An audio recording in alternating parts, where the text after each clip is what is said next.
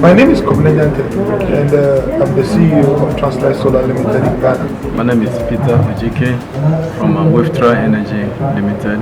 We are based in Nigeria, Lagos. We are a renewable energy company in Nigeria. We install solar systems, we sell the components, and we also have a training facility where we train people. Ismail Alami, 24-year-old entrepreneur from Morocco, based in Casablanca.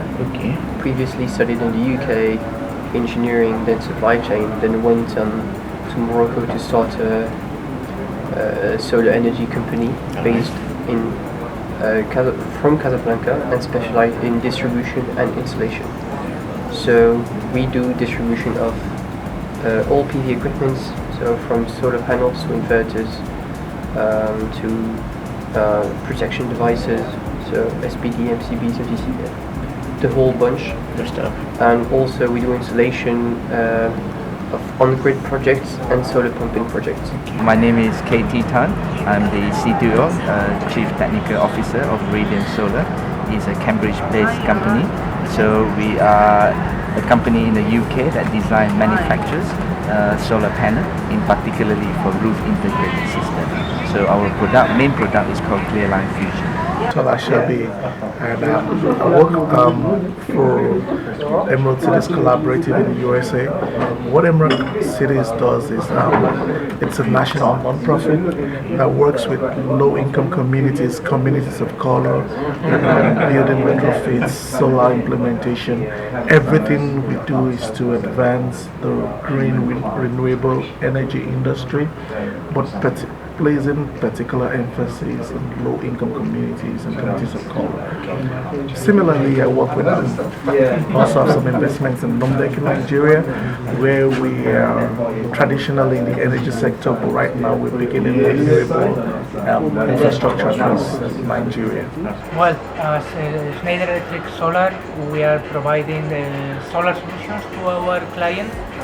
We have a footprint that is global, with people across many geographies, and we help our clients to get the suitable solar solution for their needs, helping them from the beginning, from engineering through all the steps in the value chain of the product, and helping them also with the digital solution that it is needed in this matter. From this statista.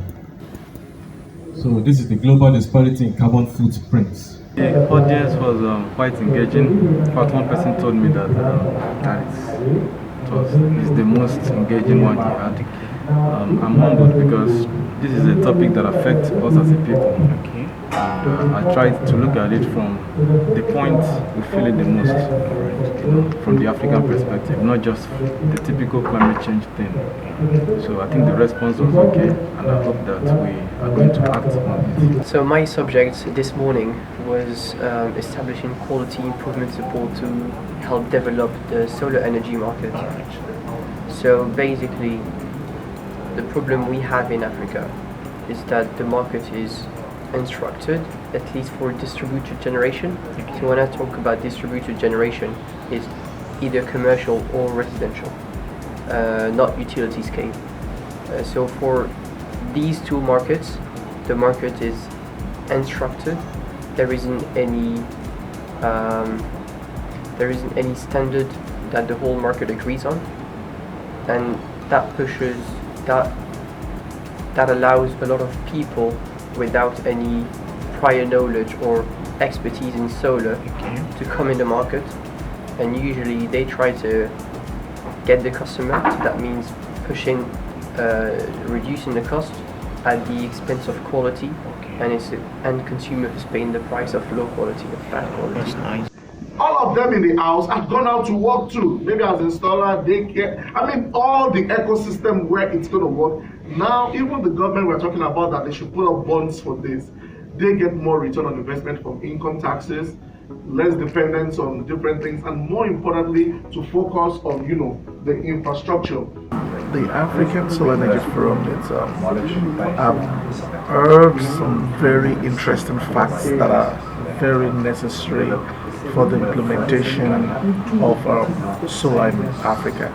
But if you would ask me, that one of the key things I've taken out of this conference is that to be truthful, it's like Africa is in darkness, 680 million people without power.